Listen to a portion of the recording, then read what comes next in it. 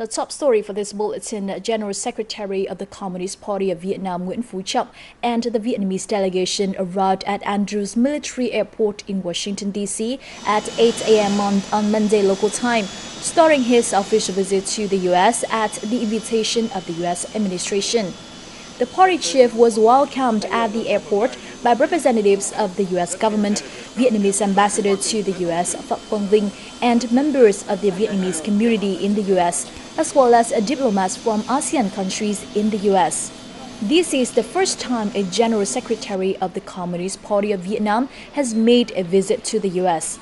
The visit takes place at a time important to Vietnam-U.S. relations, as the two countries are marking the 20th anniversary of the normalization of their relations. As part of Party General Secretary Nguyễn Phú Trọng ongoing trip to the United States, on Monday local time he met with a U.S. Trade Representative Michael Froman. At the meeting, the party leader congratulated the U.S. administration on being granted the Trade Promotion Agency authority by the U.S. Congress, a positive signal for the process of the Trans-Pacific Partnership negotiations towards an early conclusion of the trade deal. Froman hailed the achievements in economic and trade cooperation between the two countries, noting that there is still huge potential for propelling economic and trade links in the future. Party General Secretary Trọng also urged the U.S. to widen its doors for Vietnamese goods and recognize Vietnam as a market economy. He added that Vietnam has shown its commitment to TPP negotiations and will closely cooperate with the U.S. and other countries to speed up an early finalization of the negotiation process.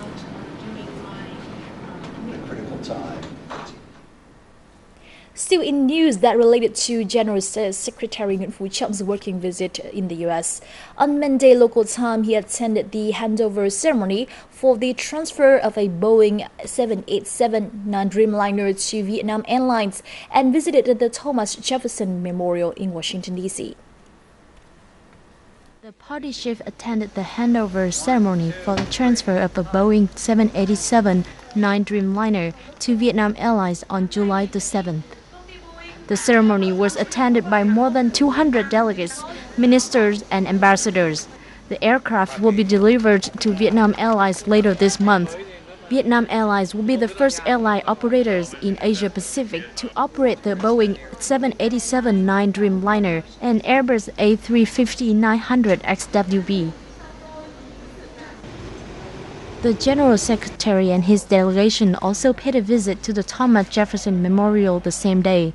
The memorial house boasts many archives and items related to the late president. Thomas Jefferson drafted the Declaration of Independence in 1776, which provides the basics of inspiration for late Vietnamese President Ho Chi Minh's Declaration of Independence in September 1945, which then gave birth to the Democratic Republic of Vietnam. Now on to some domestic news. A joint Vietnam-Oregon Initiative conference was held in Quang Nam Province on Monday. This conference sets a background for the Central Province to work closely with the U.S. state of Oregon on community-based early warning and disaster mitigation. The Central Province has frequently suffered droughts, floods, and increased salinity from saltwater intrusion in recent years. Representatives from Oregon Portland universities shared the experience in personnel training, construction of disaster-proof facilities, and storm alert stations. The Vietnam-Oregon Initiative started in May 2014 with the objective of building a comprehensive and effective partnership in disaster mitigation and public administration. The conference was co-hosted by Quang Nam authorities and Portland University as part of activities to mark the 20th year of Vietnam-U.S. relations.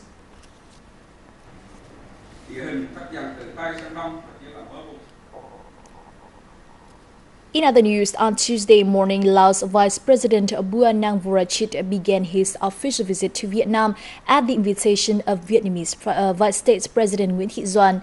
Receiving the delegation, Vice State President Nguyễn Thị Doan discussed with the Laotian Vice President measures to boost the friendship and collaboration between the two countries, especially at regional and international dialogues.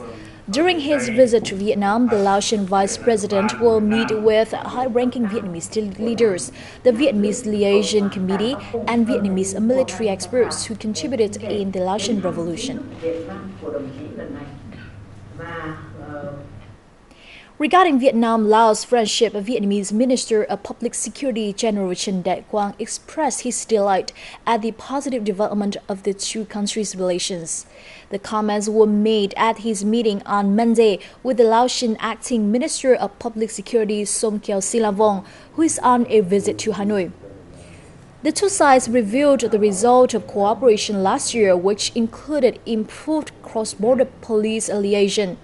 For his part, Silavong thanked Vietnam for its support to the Laotian Ministry of Public Security Representative Office in Vietnam. The two pledged to continue their cooperation to maintaining political stability, social order and security, and accelerating the international integration process of each nation. The project to restructure rice production in the Mekong Delta region has been implemented for 2 years. The campaign has resulted in greater added value and higher incomes for farmers here. Sóc Trăng province in particular has established hundreds of large-scale rice farms. This has helped farmers cut costs and increase rice yields. We have more in the following. This is the third season these farmers have participated in cooperatives that are growing rice in large-scale fields. This is a new way of doing business, a win-win situation for both farmers and enterprises. Mỹ Tho district has established a special zone to produce high-quality rice for export. We are earning more money now. Our rice yields are also higher. We previously each earned 2 million dong per month. Since we worked on a large-scale farm, we have earned a monthly incomes of 3.5 million dong. We made a profit of 15 to 16 million Vietnamese dong per hectare in the past, but now each hectare brings us nearly 30 million Vietnamese dong as profit. That is great for us. As part of the project to restructure rice production, Sóc Trăng province has reorganized 86 cooperatives and set up around 1,000 new cooperatives. 349 large-scale rice fields have been set up, spanning 37,000 hectares. In the model, farmers receive some funding for seedlings and agricultural supplies and sell rice through contracts. We will improve infrastructure to facilitate sustainable rice production. We are also fostering the connections among farmers, cooperatives, and enterprises to upgrade our value chains. With this new way of doing business in rice production, higher quality rice seedlings and output assurance through contracts, farmers can increase their income by 3 to 5 million dong or 150 to 250 US dollars per hectare. This is seen as a positive result of the project in Sóc Trăng province. Storage technology is a key element in providing Vietnamese agro-produce to the global market. Lychee and longan are prime examples of popular export fruit finding favor in new markets. However, the country currently only boasts 2 irradiation centers. This is far too small to process Vietnam's lychee, let alone other fruit. We have more in the following. According to the director of the Hanoi Irradiation Center, the biggest challenge for raising added value in agro-produce is the lack of funding. This irradiation center costs 1.5 million US dollars. However, the center needs another 500,000 US dollars to build frozen storage facilities, quarantine area, and packaging plant. To export lychees or longan to the US, Vietnamese enterprises have to provide irradiation certificates.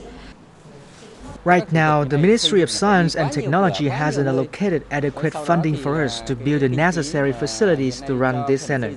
The application process is also very complicated. There are just 2 irradiation centers operating in Vietnam. However, they are both in the south. Transporting lychee to the south is costly, and it can damage them. The issue now is to find the fund for the operations of the Northern Irradiation Center.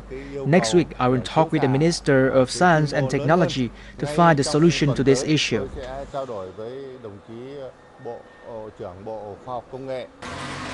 If this system runs properly, It will radiate 20 to 30 tons of lychee daily.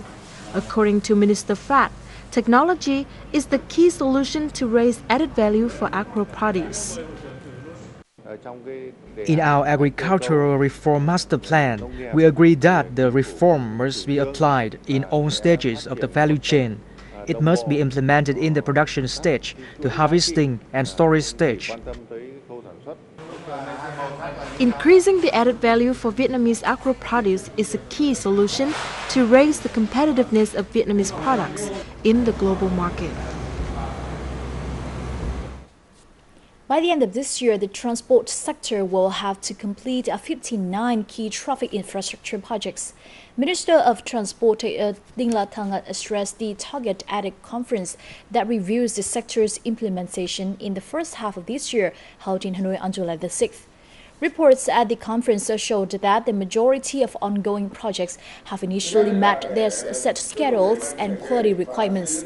However, some vital projects, such as Hanoi's urban railway connecting Cát Linh to Hà Đông, the Hanoi-Hải Phòng highway, or the upgrade of National Highway through Bình Định province, continue to lag behind schedule. Minister Thang has asked authority to push forward with the construction of these projects. And in the following, let's check out the exchange rates between Vietnamese dong and some major currencies for today.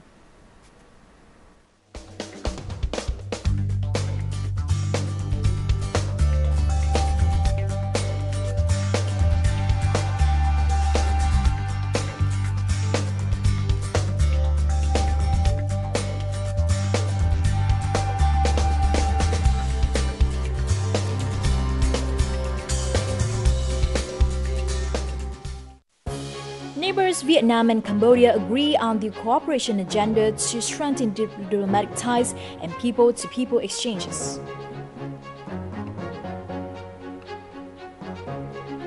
And then we'll meet with some local residents in Thái Nguyên province who voluntarily guard riverbanks to tackle the flood issue.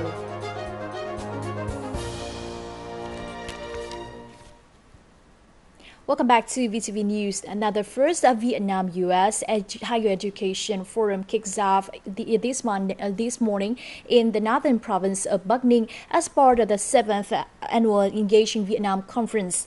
With an aim to further promote a robust bilateral cooperation of Vietnam-U.S. in terms of higher education, the forum has drawn the participation of 54 academics from 30 universities and colleges in the world. There are yet many opportunities to boost higher education cooperation between Vietnam and the United States, participants said at the first ever Vietnam-U.S. Higher Education Forum in Bắc Ninh Province.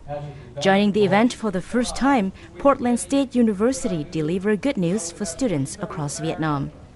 Today, we will be announcing a $6 million scholarship fund for Vietnamese students to come study at Portland State University. So obviously, education is the primary mission of all universities. The number of Vietnamese students studying in the United States has soared from just 800 around the time of normalization in 1995 to around 16,500 today, ranking first among the Southeast Asian countries and the 8th globally. Now, those figures have speak for themselves. The fact that education is the fastest growing area in the cooperation between Vietnam and the United States. And at present, the United States is the second choice of Vietnamese students after Australia. So how to lure more Vietnamese students to study in the United States? Well, such an event like the forum today is considered an idea, and this university is taking their chances. The University of Hawaii at Manoa, which has a specific Asia focus, including Vietnamese language, has a long history of Vietnam students attending it since 1945. The quality of Vietnamese students that we've had at our university is outstanding. One of the things that caused me to become engaged with this kind of work is every student that we've had in our College of Education at the master's degree level and at the doctoral level has done outstanding work, and they've actually come back to Vietnam in many cases and are holding very high-level administrative and teaching positions now. Phía Mỹ họ nói họ rất sẵn sàng tạo điều kiện The U.S. always say they are willing to provide favorable conditions for Vietnamese students. However, not every Vietnamese student suits the U.S. academic environment. English is the first barrier, and Vietnamese students must overcome it to seize their opportunities. With nearly 100 academic submissions, the first Vietnam-U.S. Higher Education Forum has helped prepare Vietnamese students for today's globalized world, boosting their competitiveness in accessing U.S. universities. Hoài Lương, Vietnam Television, Bắc Ninh Province. On Monday, July the 7th, Prime Minister Nguyễn Tấn Dũng and National Assembly deputies briefed the public in Tuy Nguyen District in the northern port city of Haiphong on the results of the recent National Assembly session. The Prime Minister underlined the government's main task of promoting higher economic growth, maintaining socio-political stability, strengthening defense, ensuring national sovereignty and territorial integrity, and successfully organizing party congresses at various levels. The Prime Minister agreed on the need to increase investment in rural areas while raising resources to improve socio-economic infrastructure. He promised more assistance for fishermen to boost production and, at the same time, protect national sovereignty.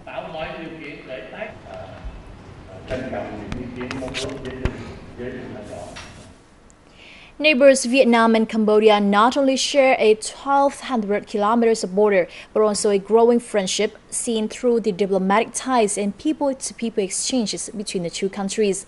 And we'll find out more about the relationship in the following report.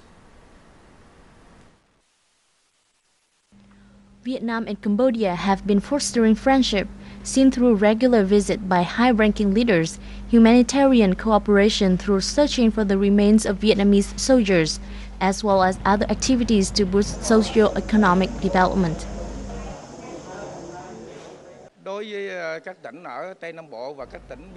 Border provinces in the southwestern region have been good neighbors with Cambodia. We and our Cambodian friends also assist each other in production or health care. We hope that the Cambodian people can learn more about our work and maintain the friendship between the two countries. The Southwestern Region Steering Committee and the Vietnam-Cambodia Friendship Association hosted a conference in Cần City on July 6 to strengthen the relationship between the four border provinces and Cambodia. We hope to work with regional provinces to establish local friendship organizations. This will help organize more exchange activities between Vietnam and Cambodia and help strengthen our friendship. At the conference, the two sides discussed and agreed on the cooperation agenda and pledged to work closely in order to offer advice and recommendations to central agencies on cementing ties among provinces between the two countries. The two agents also agreed on coordinate in many sectors, including organizing training for Cambodian workers, helping foster the relationship between the two countries and peoples. Vietnam's armed forces suffered losses in the defeat of the genocidal Khmer Rouge Pol Pot regime in Cambodia. Cambodian General Paul Sarun has said that since those events, the Cambodian people have shown their gratitude for the great support provided by Vietnam and have continued to make efforts in fighting the remains of Vietnamese troops who died in the country. The Cambodian general made the comments at a meeting held in Ho Chi Minh City on July the 7th. We have more to follow. The joint meeting was part of efforts to improve the recovery and repatriation of the remains of Vietnamese voluntary soldiers who died fighting in Cambodia. Cambodian people have never forgotten the sacrifices made by Vietnamese soldiers who laid down their lives in Cambodia. As a result, we have actively worked with the Vietnamese teams in recovering the remains of some 15,000 Vietnamese in the past years. We will also spend great efforts to help find the remains of an estimated 4,000 which still lie undiscovered. According to the Joint Special Committee of Vietnam and Cambodia, the remains of more than 4,000 Vietnamese specialists and volunteer soldiers who lost their lives in Cambodian battlefields have yet to be found. At present, the search is becoming more difficult as Cambodia urbanizes. We will coordinate with Cambodia in getting more information from people who were involved in the war, even those from the other side. The Joint Special Committee between Vietnam and Cambodia will work closely to exchange lessons and carry out more inspection to better fulfill the search plan agreed between the two countries. Và một trong những cái giải pháp nữa là chúng ta giữa ủy ban chuyên trách của hai bên. $310,000 have been earmarked by Vietnam for Cambodia to boost next year's repatriation efforts. The Mekong Delta city of Cần Thơ authorities announced the agreement to open a Cần Thơ-Bangkok air route on July the 6th. The municipal committee and Viet Travel, a Vietnamese travel firm, had preliminarily consented to launch the new route on July the 21st. Viet Travel will run a charter flight using a 180-seat Airbus A320 plane provided by Thailand's Vietjet Air every 5 days. The flight will depart at Bangkok at 11:30 a.m. and land in Cần Thơ at 1:30 p.m.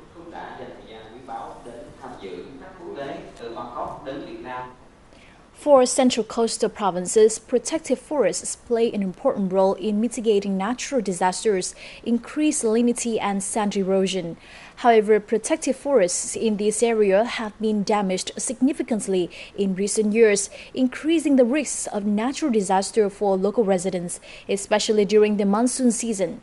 The following report explores the problem in Quảng Nam Central Province. Casuarina forests in Bình Dương province have been protecting the nearby village from monsoons and sand erosions for over 30 years. This helped the local residents in their everyday production and earned the village the title Labor Hero. Now, however, these once vital protective forests have been wiped out. In 1985, the village was awarded the title Heroes of Labor, mainly thanks to our cultivation of the protected forests. We were very proud. But now many local residents don't recognize the importance of the forests and have damaged it. If we don't protect the forests, it can negatively affect the lives of everyone here. This large area of shrimp farms in Bình Hải commune have been abandoned because the lack of protected forests has led to the contamination of the water. Mr. Thọ, who owns 3 hectares of shrimp farms, shares his regret over the reduction in protected forests. Now that the price of shrimp has dropped, we regret damaging the forests. If we still had the forests, the environment would be much better. We didn't realize that until now. Central coastal provinces are losing their protected forests, and their residents are feeling the consequences every monsoon season. Planning by the local authorities and residents need to take into account the preservation of protected forests to mitigate the potential natural disasters and the protection of livelihoods.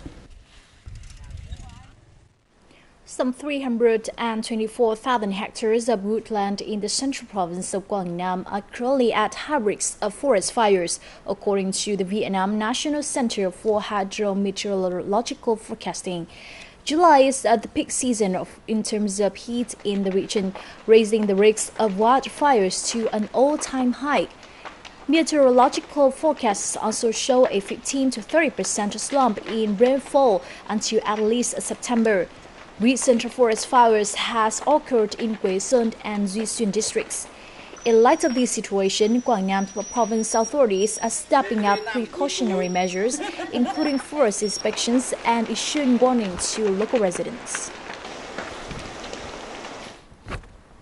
Prime Minister Nguyễn Tấn Dũng has issued an order regarding irrigation and dikes system construction.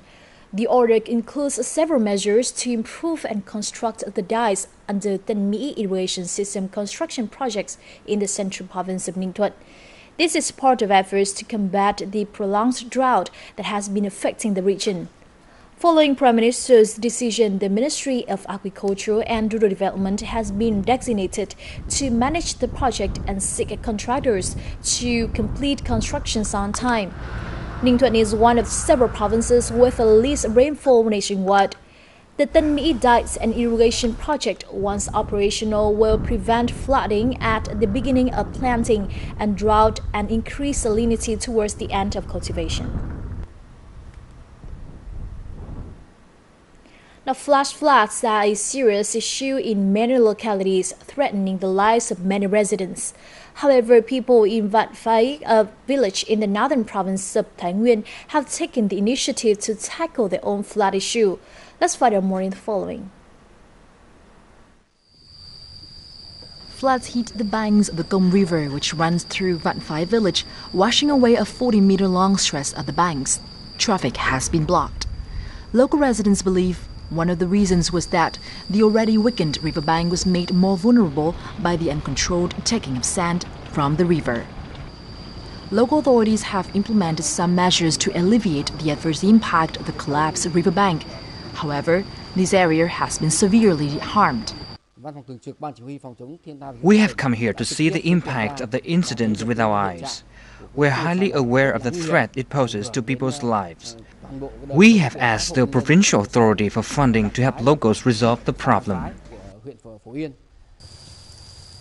While the funding has yet to come, local people have voluntarily taken turn to guard the place to warn people traveling along the route.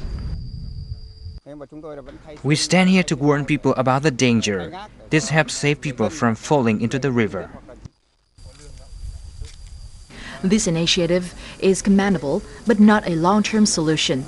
As flooding this year is unpredictable and hard to deal with, local authorities are working to come up with sound solutions. And VTV News continue with the updated weather forecast.